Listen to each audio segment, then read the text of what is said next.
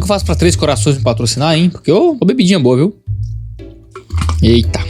Seja muito bem-vindo ao 2D de Teologia. Eu sou o pastor Iago Martins e você está no Teólogos do Twitter, este programinha chuchu, beleza? Onde a gente chafurda do fundo do poço, do esgoto da internet. É, meu patrãozinho. É aqui que a gente vem, ó, no que há de mais abjeto, no que há de mais maluco, em tudo aquilo que está viralizando sobre Deus na internet. Tem vários programas diferentes nesse canal: exegese do Novo Testamento, exposição de textos bíblicos, resenhas de livros, filmes, e aqui é o programa em que eu reajo ao que vocês me mandam. Entra aqui num grupo do Telegram, em que minha equipe mandou pra mim tudo aquilo que vocês fizeram chegar até mim de algum modo. Geralmente os membros mandam lá no nosso grupo do Telegram que os membros do canal acessam, né? E aí eu vou clicar aqui e responder tudo de improviso. Sem mais delongas, simbora pro vídeo de hoje. Já começa com uma muito boa aqui, hein? Veja, pastor André Valadão usa helicóptero para levar pedidos de fiéis mais perto de Deus. Ah, desgraça!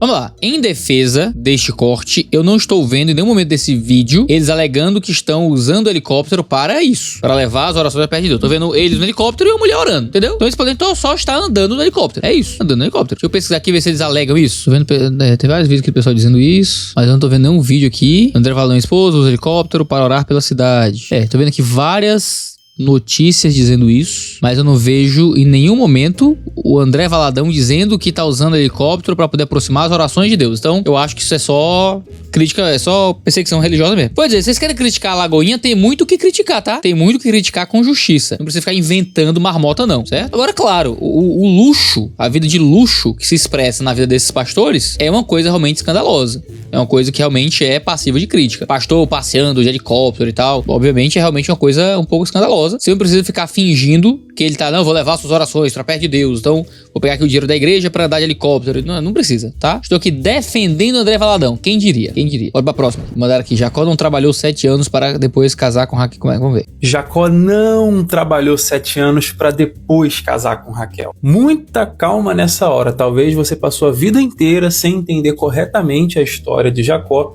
e eu vou te explicar nesse vídeo. Não, peraí, ele trabalhou 7 anos... certo? Aí, ao invés de Jacó, recebeu Lia. E lembre, naquele tempo, a noite de núpcias era no escuro absoluto. Você não via a noiva, tá? E por isso ele não sabia que tava com uma irmã ao invés da outra. E aí, ele disse, tu me deu a irmã errada, rapaz. Que história é essa? Você enrolaram o Jacó, né? Aí, ele recebeu a segunda irmã e aí trabalhou mais 7 anos. Então...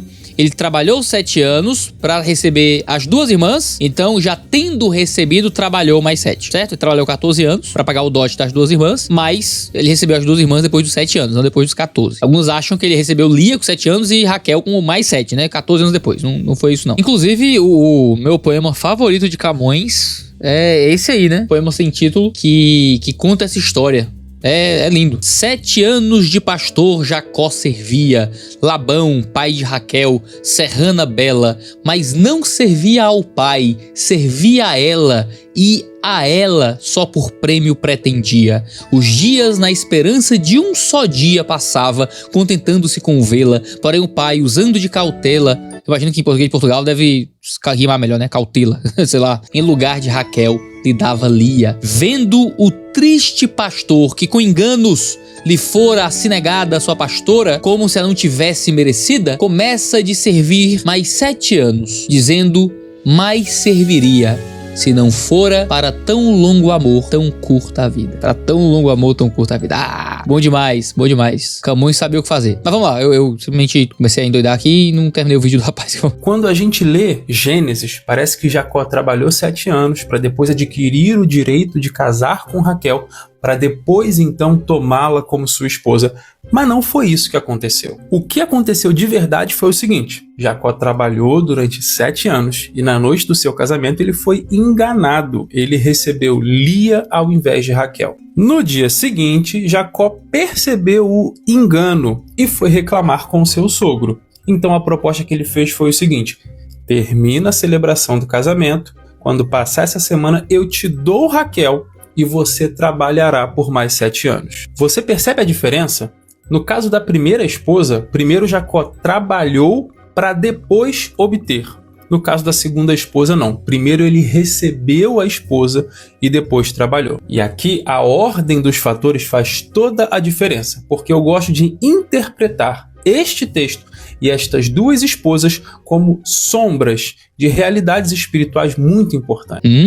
Vai rolar uma alegoria aqui, talvez? Gostei do jeito que ele falou, assim, eu gosto de interpretar como sombras. Já é legal porque já não tá querendo uma alegoria em cima, né? Ele tá interpretando como tipo e contratipo. Vamos ver se faz sentido. Lia, que foi a primeira esposa de Jacó, representa a lógica do mérito. Primeiro eu trabalho para depois eu receber. E ainda assim o resultado do meu trabalho não é tão satisfatório, porque Jacó ficou frustrado. Já a segunda esposa, Raquel, representa uma outra lógica.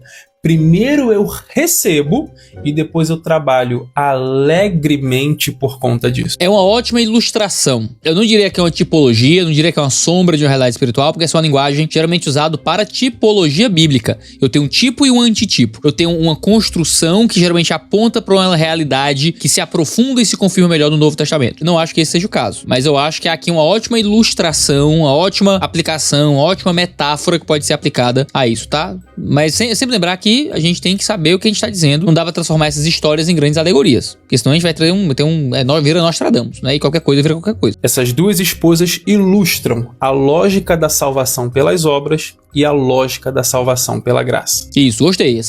Elas ilustram. Tá certo, certíssimo. Como ilustração está certíssimo. E se a gente focar especificamente em Raquel, a gente vai perceber que Jacó não trabalhou para receber Raquel.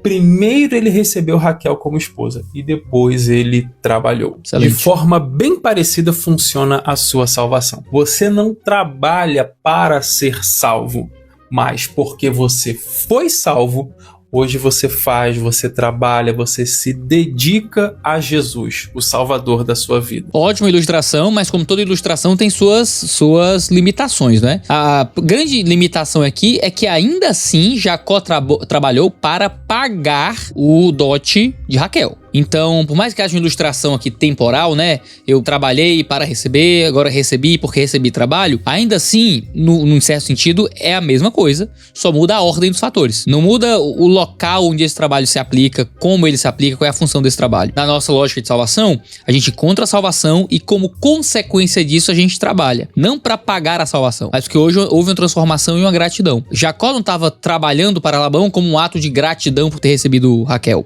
Ele trabalhou para pagar o dote que ele devia, para poder comprar o direito, né, de casar com Raquel. Então, a ilustração tem suas limitações também. Não é fazer para merecer, é fazer porque eu recebi um presente que eu não merecia. Bom, uma boa ilustração, tem suas limitações, mas gostei. Eu gostei, bem legal. Mandaram aqui do Pastor Marreta. Como é que é? Pastor Marreta. Presta atenção pra tu entender. O que tem de pastor em academia, rapaz, vai tudo se lascar no inferno, pastor. O que tem de bispo em academia hoje, o que tem de apóstolo em academia hoje e pastor em academia e crente, você é tudo queimar no inferno, bando de picareta, sem vergonha, safado. Você vier do mundo na academia, não foi? Ainda hoje serve a Deus na academia, não é? Filho do cão. Por isso que eu digo, vocês vão tudo queimar no inferno. Lá no inferno deve ter academia com Lucifer. Deve ter. O Lucifer tem academia. Viu? Por isso que eu digo, vocês nunca se libertaram. Agora me diga uma coisa: que mau testemunho vocês estão dando na igreja? Que mau exemplo vocês estão dando na igreja? Na academia? Academia é pra católico que não conhece a palavra, rapaz. Academia não é pra crente, rapaz. Cria vergonha. Crentinho sem vergonha. Ei, crentinha, tu tá na academia, não é? Fia do cão. Por isso que eu digo, tu vai pro inferno, fia do cão. Academia não é pra quem serve a Deus. academia é pro católico que não conhece a palavra. Por isso que eu digo, eu não vou administrar igreja com ninguém na academia, tá? Por isso que eu digo, com marreta é diferente. O pastor Marretão é um pastor de uveia. Eu sei ensinar e sei doutrinar. Aqui é a boca de Deus falando. O que foi que eu assisti, meu Deus? Vamos lá. Primeiro, ele falou que no inferno vai ter academia. Eu acho que eu concordo. Ai, meu irmão, o inferno vai ser um grande leg press. É isso. O inferno é um grande agachamento búlgaro, entendeu? O inferno é uma grande elevação. No inferno é leg day todo dia, entendeu? É leg day todo dia. No inferno, macho. Assim, por que é pra católico? Sou católico. Eu ia pro inferno por causa da academia, gente, meu Deus. Vamos lá, grande pastor Marretão, voz de Deus. A academia tem alguma utilidade, Marretão, certo? A academia não é pecado, não. Pecado é a transgressão da lei. O pecado é a transgressão da lei.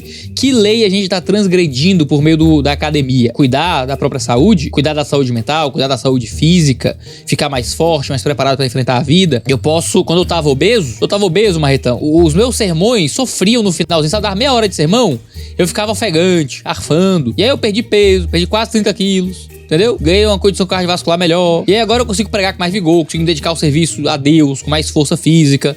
Isso é importante, Marretão. Como é que o cara vai pegar uma marretona? Já manuseou uma marretona, Marretão? É pesado, mano. Tem que ter força pra fazer as coisas. Graças à academia, eu já consegui resolver problema aqui em casa. Eu consegui subir no sótão aqui de casa aí, sem escada e me atrepar. É o termo cearense. Se atrepar. Basicamente subir em alguma coisa. Pegar meus filhos no colo, carregar coisa, sabe? Um homem tem que ter as suas forças, mano. Aí, cara, academia é uma coisa boa nesse sentido. Lembra quando Paulo fala que o exercício físico tem pouco proveito? Ele tá falando com relação à salvação, como forma de encontrar a salvação. Ele tá discutindo com os ascetas, que acreditavam que era o esforço físico que aproximava o homem de Deus. Aí Paulo vai dizer, o esforço físico para pouco se aproveita. Porém, o que nos leva realmente pra Deus e tal, é a fé e tudo tal. Olha só, Paulo tá dizendo que em um sentido salvacional, escute, em um sentido salvacional, existe algum proveito na academia, existe pouco proveito. Ele tá lidando com ascetas que acreditavam que era o exercício físico que salvava. Ele diz, macho, ó, a academia tem até alguma utilidade no teu caminho de fé, mas não é a grande questão. Então olha só que maravilha, Paulo tá dando algum crédito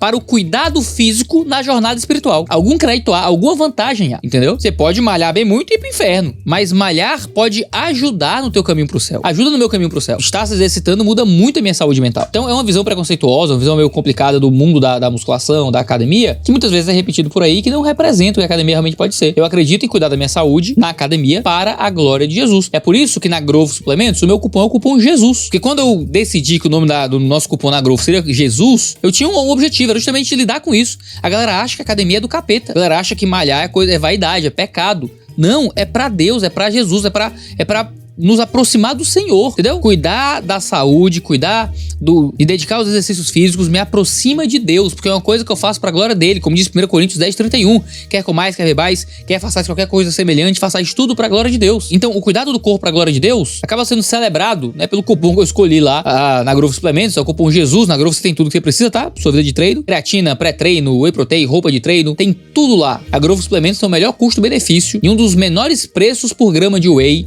que você vai encontrar aí no Brasil. E achei um whey mais barato aqui em outro lugar. Aí geralmente tem uma quantidade menor que o whey da Growth. Growth vende aí pro público final a preço de lojista. Quando você usa o cupom Jesus na Growth, você conta pra si mesmo, conta pro pessoal da Growth, conta pra Jesus e conta pro pastor Marretão que você tá cuidando da sua saúde pra glória do Deus vivo. Então usa lá o cupom Jesus na Growth e você ainda apoia este canal pra gente continuar produzindo conteúdo relevante aqui pro YouTube. Link na descrição, vai na Growth Suplementos e aproveita. Não vai na do Marretão não, tá? Vá pra academia. Galera, aqui pra mim, Lagoinha pede perdão. Da página Lagoinha Alphaville, São Paulo. O texto diz, para nossa Lagoinha Alphaville, alguns momentos na vida de fé não pedem explicações, pedem sinceridade, humildade e coração sensível à voz de Deus. Hoje foi um desses dias. Um dia de arrependimento, de reflexão e de um novo posicionamento diante de Deus. O nosso desejo é, a cada dia mais, nos tornarmos juntos uma igreja que cuida das pessoas, que intercede pelas famílias, que honra a palavra e que coloca o amor de Cristo acima de qualquer estrutura. O que vivemos hoje foi mais que um momento, foi uma decisão diante de Deus sobre o tipo de igreja que queremos continuar nos tornando. Que o Senhor cure feridas, restaure corações, escreva novos capítulos sobre esta casa e sobre cada vida que faz parte dela. Estamos aqui para vocês, diz chamar e abriremos mão. Vamos ver aqui. Nós queremos pedir perdão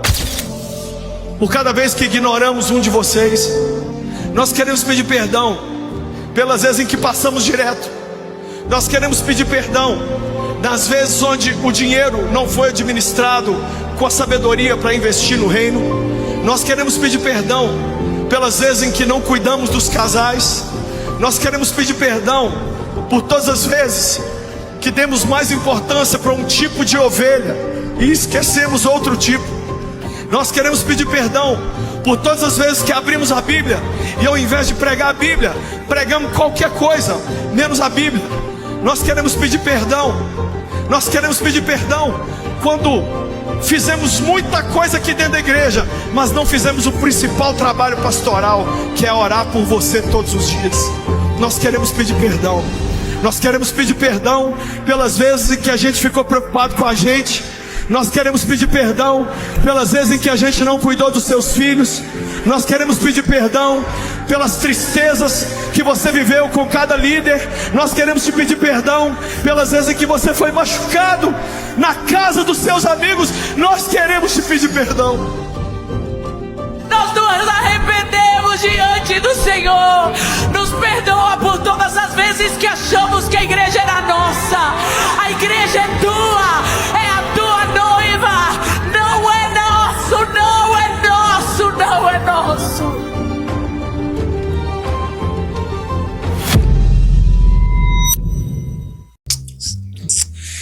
Cara, não sei nem como é que eu começo a falar isso aqui, ó. Porque é o seguinte, eu não quero ser sommelier de arrependimento na internet não, tá ligado? Deus me repreenda, eu ser sommelier de arrependimento. Então, vou fazer o seguinte, contra todas as expectativas, vamos ver, entendeu? Por quê? Como é que é arrependimento no grego? Metanoia. Metanoia, metanous, não é metanoia. Metanoia significa mudança de mentalidade. É uma mudança, não é exatamente isso, mas é mudança de mentalidade, certo? Mudança de mente. Então, o arrependimento genuíno, ele traz uma mudança de mentalidade, uma mudança de comportamento, uma mudança de interpretação sobre si mesmo e gera frutos. Então, se há um arrependimento genuíno na Lagoinha, então o que é que vai acontecer? A Lagoinha vai virar outra igreja, se tornará outra comunidade. Parte das pessoas que frequentavam a Lagoinha por causa daquilo que a Lagoinha era, vai embora, porque não vai gostar da nova Lagoinha. No mínimo, tá? No mínimo, pessoas que frequentavam a Lagoinha porque amavam como a Lagoinha era, vão parar de ir na Lagoinha porque não vão gostar da nova Lagoinha, porque uma nova Lagoinha num rumo completamente diferente do rumo anterior. Eles pediram perdão por coisas muito sérias, uma delas chama atenção. Pedimos perdão pelas vezes que nós abrimos a Bíblia e pregamos qualquer outra coisa. Então, se este pedido de perdão é genuíno, nós começaremos a ter pregações bíblicas, expositivas, cristocêntricas do púlpito da Lagoinha. Chega de oba-oba,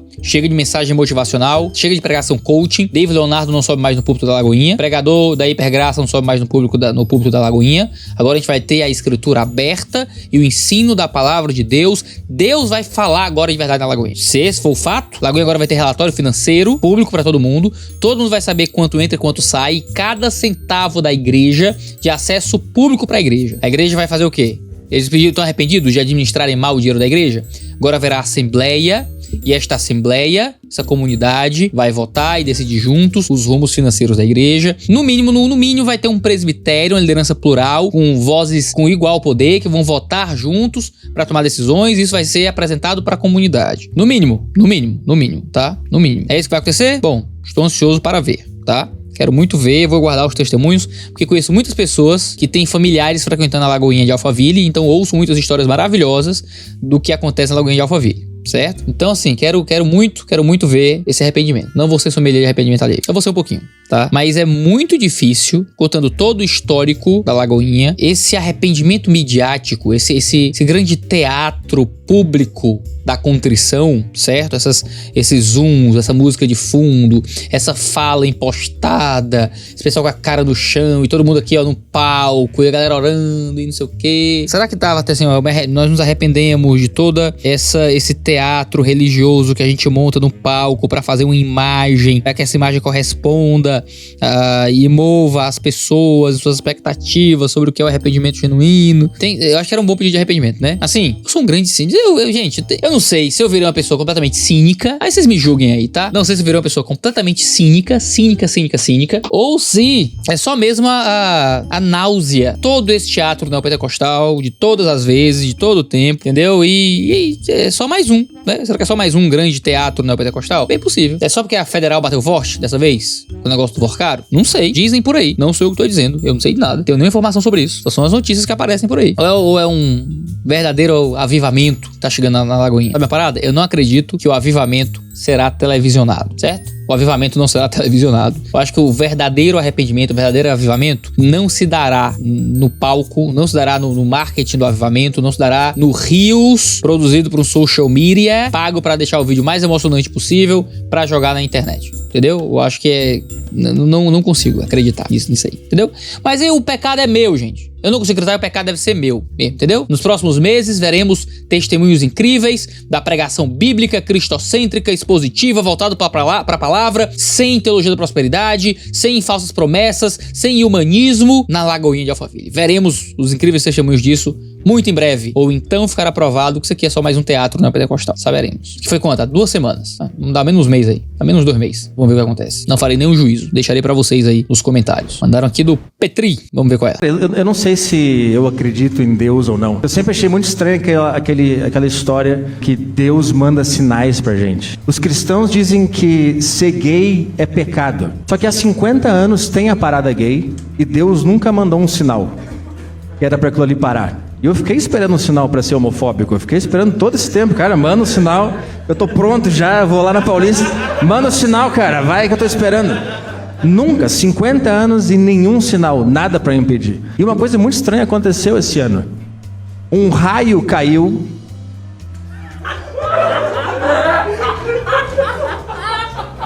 na manifestação do Nicolas Ferreira. Agora eu acho que eu acredito em Deus, cara. Porque esse sinal foi um choque pra mim.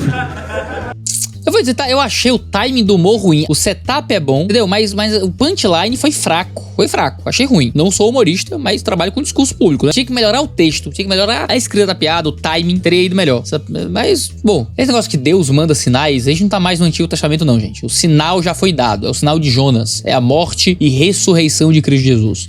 Coisas pecaminosas prosperam, coisas santas são destruídas. A gente não tem que viver a vida esperando sinais de que, ó, nossa, caiu um raio aqui, então é do demônio. E tá existindo, então é de Deus. Isso não existe. Qual é o grande sinal que a gente recebeu? Tá dito em Mateus 16. O grande sinal de Cristo é sua morte e sua ressurreição. Já está dado, já está diante de nós. É só recebermos e vivermos de acordo com o sinal de Deus que foi colocado diante de nós, tá? Ele diz claramente, essa geração má e adúltera pede sinal e nenhum sinal será dado. A gente, eu quero um sinal de Deus. Cara, o sinal que é dado é o sinal de Jonas, diz o texto. É o sinal de que ele morreu e ressuscitou. Isso é o suficiente, Petri. É o suficiente pra acreditar em Deus. Não é cair raio no Nicolas Ferreira, não é não cair nada de raio na parada gay. Um grande sinal foi Cristo ter ido pra cruz e morrido no nosso lugar. Em um documento histórico irrefutável de testemunhas oculares, completamente confiáveis, que pagaram com o próprio sangue aquilo que viram, em documentos que chegaram até a gente, muito bem preservados, que, sendo verdadeiros, sendo ali a declaração de Cristo sobre si mesmo como Deus, sendo o relato dele que morreu e ressuscitou, o que a gente faz? A gente muda a nossa vida de acordo com aquilo que ele cobra de nós. Pô, vamos pra outra aqui. Mandaram aqui, sendo cancelado pelos super teólogos dessa geração em 3, 2, 1. Rapaz, eu não sou um super teólogo não, mas eu sou um teologuinho. Vamos ver aqui. Muita teologia igual pouco evangelho, muito evangelho igual pouca teologia. E aí o vídeo é o rapaz pregando aqui. É só isso, é só a frase, né? Não vou ler a explicação dele não. Deixa eu pensar só na frase em si. Muita teologia igual pouco evangelho. Isso é verdade? Não. Tem muita teologia na Bíblia e tem muito evangelho. Paulo tinha muita teologia e muito evangelho. Você tem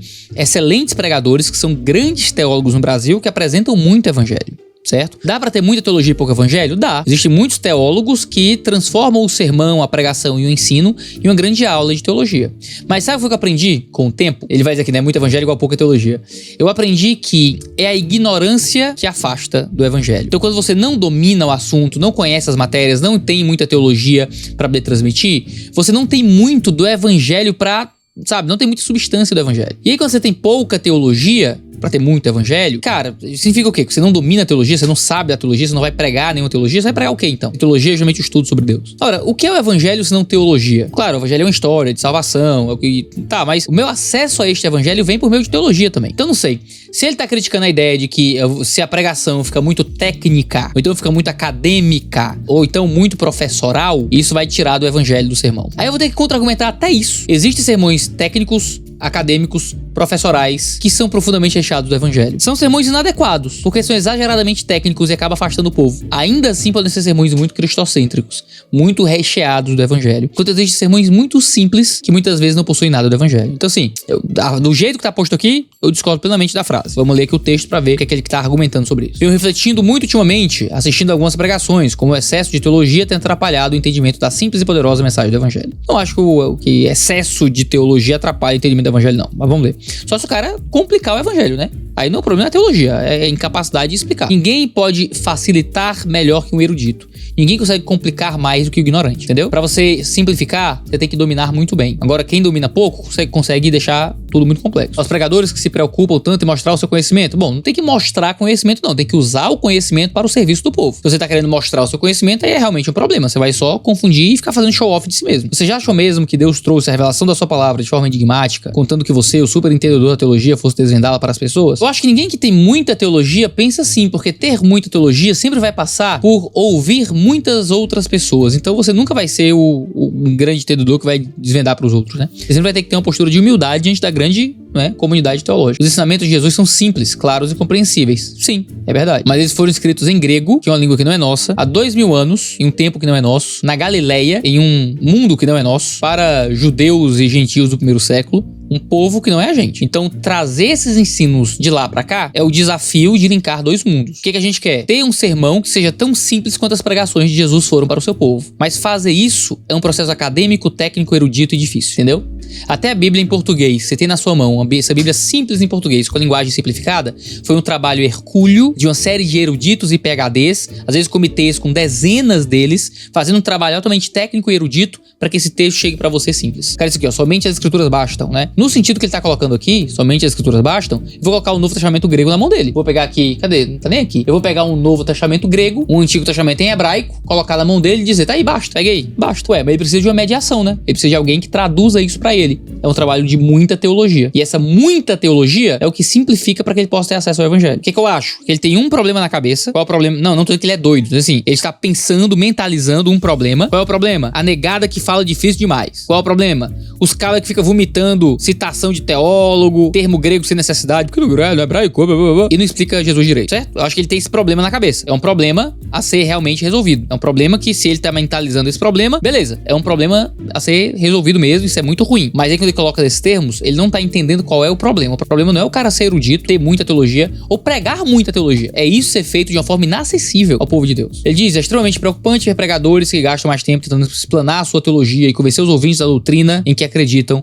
do que apresentando a palavra de Deus, que é o poder de Deus para a salvação. Sim, é um problema você passar muito tempo falando sobre a palavra ao invés de falando a palavra. Mas, novamente, a simplicidade depende de uma boa capacidade teológica. Senão você vai ser só ignorante. Você não vai ser simples. Você vai ser só vazio. Como é que você é simples com conteúdo e profundidade? Sabendo muito da teologia, entendeu? Isso é algo que vem sendo construído desde os ambientes acadêmicos de seminário. Cara, no seminário o que mais se prega é que o sermão tem que ser simples. Tá? Fiz seminário, fiz mestrado, estou no doutorado. O que mais se prega em ambientes acadêmicos de teologia é que o sermão não é o lugar para ser acadêmico. Isso é muito claro.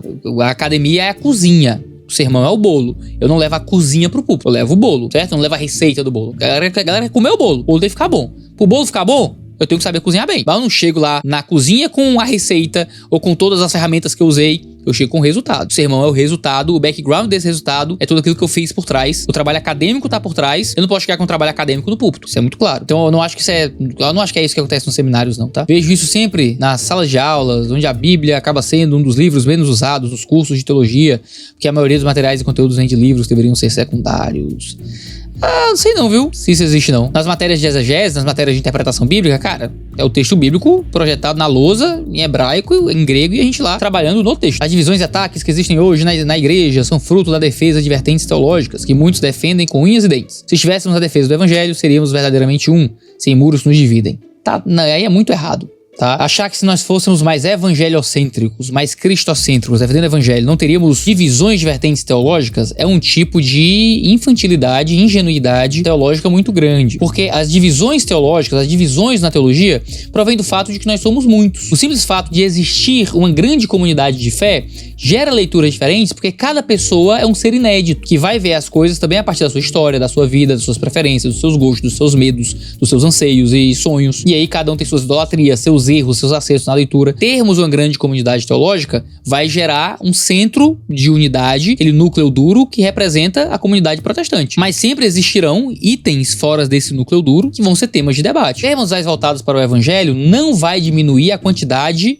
de doutrinas e teologias que existem no mundo. Vai fazer com que a gente dê talvez menos importância para as divisões. Aí essas divisões não vão parar de existir. E isso é uma questão sine qua non da existência de muita gente discutindo teologia. Até dentro da igreja católica, que se diz uma igreja una, tem várias teologias concorrentes. Como é que não vai ter no movimento evangélico que é descentralizado, que não tem uma mente central pensando por todo mundo? Por fim, concluo dizendo que estudar teologia é importante. Que bom, sou um eterno estudante, inclusive. Amém. E excelente. Contudo, a teologia não deve substituir nem se sobrepor à soberana e suficiente revelação que Deus nos dá através das Escrituras. Amém. Só que isso não significa que o que foi dito antes está certo. Por isso afirmo que muita teologia tem representado pouco evangelho. Eu acho que está errado. Mas muito evangelho, ou apenas o evangelho, já é suficiente, independentemente das muitas teologias dos homens que existem hoje. Não existe evangelho independente de teologia, certo? Porque o evangelho vai ser até afetado pela leitura teológica que você faz. Deus não nos revelou algo em que ele depende do nosso conhecimento. Claro que não. Pelo contrário, recebemos uma perfeita revelação e dependemos exclusivamente dele por meio do Espírito Santo para compreendermos. Aí tem uma frase do Spurgeon, na obra Lições aos Meus Alunos, que eu acho maravilhoso. Ele diz assim, ó: as pessoas que geralmente dizem ouvir o Espírito Santo dão pouquíssimo valor àquilo que o Espírito Santo fala por meio dos outros. Então alguém diz, não, mas precisamos só da Bíblia, o Espírito fala comigo por meio da Bíblia. Certo, mas o Espírito fala para várias outras pessoas através da Bíblia. Por que é que você não escuta o que o Espírito fala por meio deles? Então quando eu vou até outros autores, vou até outros teólogos, vou aprender de outros livros, o que é que eu tô procurando? Um cara não, porque é só um cara. É o que o Espírito Santo fala por meio dessa pessoa. Como o Espírito usou essa pessoa para me revelar alguma coisa. Deram aqui pra mim até o Hayashi, vamos ver. Tá querendo virar no século XXI agora. Eu declaro coisas sobre os meus filhos. Isso não está na Bíblia. Rapaz, tá certo isso? Se eu for hoje à noite e falar assim, em nome de Jesus, amanhã, quando eu acordar, que haja uma Ferrari aqui, vai dar certo.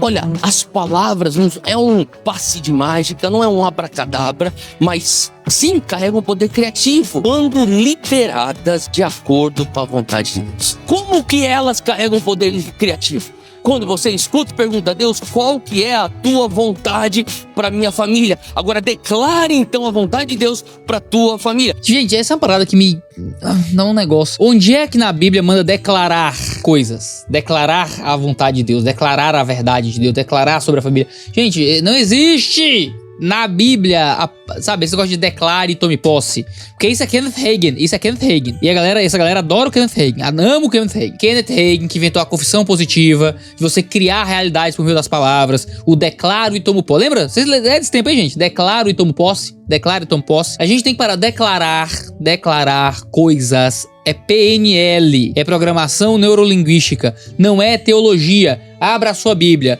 do Antigo ao Novo Testamento. Declare isso aqui, declare sobre os seus filhos. Não tem declare sobre os seus filhos. Você pede a Deus, você ora a Deus, você ensina, instrui, declare, não existe. Isso é neopentecostalismo, isso é Kenneth Hagin na teologia da confissão positiva. Só isso. Tá? Só isso. Qual é a tua vontade para o meu casamento? Então agora declara a palavra e a vontade de Deus no teu casamento. E você vai ver que essas palavras, uma vez que estiverem de acordo com a vontade de Deus, vão carregar poder criativo. Não carrega poder criativo, sabe? Do PNL na veia, meu irmão. Você não tá mais lendo Bíblia, não. Tá lendo, sei lá, tá lendo... Qual é o nome daquele coach famoso? Até aqui do Ceará. Vou dizer o nome. Não vou dizer não, que depois me processa. Você pode declarar o que você quiser, meu patrão. Se você não agir de acordo com a palavra de Deus, se você não ensinar de acordo com a Escritura, nada vai acontecer. A palavra tem poder não é nesse sentido. A palavra tem poder pelos efeitos que ela gera nas pessoas. Se tu ficar falando mal do povo por aí, tu vai se dar mal. Entendeu? Se tu ficar sendo grosseiro no modo como tu usa suas palavras, as pessoas vão ver você como pessoa grosseira. A palavra tem poder porque a palavra, entendeu? Pode colocar em más situações, em boas situações. O que você fala é importante. Esse é o sentido, tá? O que você fala é importante. Por isso a palavra tem poder. Não é que a palavra cria mundos, cria realidades, que se eu ficar declarando, meu casamento vai ser bom, seu casamento vai ser bom, entendeu? Falar não muda nada. Eu vou enriquecer, eu vou melhorar, eu vou ficar saudável. Não, isso sozinho não faz nada. Não faz. Mas se estiver de acordo com a vontade de Deus, a vontade de Deus não é que você declare nada. A vontade de Deus é que você ore, é que você foque sua vida no evangelho, é que você mude. E se declarar é só uma invenção de neopentecostal, certo? O cara até comentou aqui, ó. Foi exatamente isso que o irmão Kenneth Hagin fez para sair do leito da enfermidade. Declarou a saúde divina sobre a vida dele e o quadro foi mudado. O espírito da fé é isso. Crer no coração e falar com a boca. Não é. A pessoa comentou aqui, ó. Quem dera que mais Hagins, do Kenneth Hagin, se levantasse no nosso século. Ah, gente, pelo amor de Deus, Kenneth Hagin foi um dos maiores hereges de, meu Deus do céu. Então, como é que pode no século 21, meu irmão? O Elon Musk tá trazendo, sabe, botando carro na lua, entendeu? A galera ainda tá defendendo o Kenneth Hagin, cara. Um herege demais, meu irmão. Os maiores hereges do tempo passado, pô. Poxa, e aí vem o pessoal do Dunamis, sei lá, do negócio pra ficar divulgando o Kenneth Hagin no Brasil ainda, cara. É um negócio deplorável. Sentido que eu tô falando? Porque quando você começa a declarar de acordo com a verdade de Deus, você não necessariamente vai declarar de acordo com as suas emoções. Ah, tá tudo errado, gente. Tem que parar com esse negócio de construção positiva. Construção positiva é uma porcaria. Construção positiva é uma porcaria, tá bom? Vou encerrar esse vídeo agora antes que meus advogados me briguem comigo, tá? Gente, mas tá tudo errado. Não existe construção positiva. Não existe declaro e tomo posse. Tem um vídeo aqui no canal já sobre o declaro e tomo posse. Tem um vídeo inteiro aqui no canal sobre o declaro e tomo posse. Você pode ir lá assistir, tá aí. O Taylor colocou na tela o título e a capa do vídeo pra você ir procurar lá, tá? Procura aí. Assiste nosso vídeo sobre declaro e tomo posse. É até curtinho, que é heresia tão boba que não vale nem a pena fazer um vídeo longo, tá? Vai lá assistir. Declare Tom Posse. Não existe Declare Tom Posse. Tá bom? É isso. Vai no link da descrição aí. Usa o cupom Jesus na Growth Suplementos pra pagar minha terapia e meus advogados. Tá bom? Porque tá difícil. Se você gosta desse tipo de vídeo, se inscreve no canal. Se não gosta, não se inscreve também. Assina as notificações. Se não gosta, também não assina não. Vai assistir os vídeos de exegese desse canal. Vai ver o Teologia na Estrada, Mundo Cópia, tanta coisa boa. Pedro Popolão tá soltando uns vídeos decentes aqui sobre legalismo. Vai ver as coisas boas desse canal. Eu não sei porque que eu me submeto. Toda vez.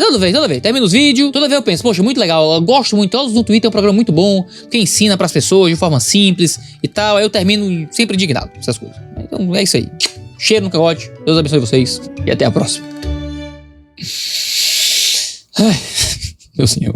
Confusão positiva. Uma hora dessa.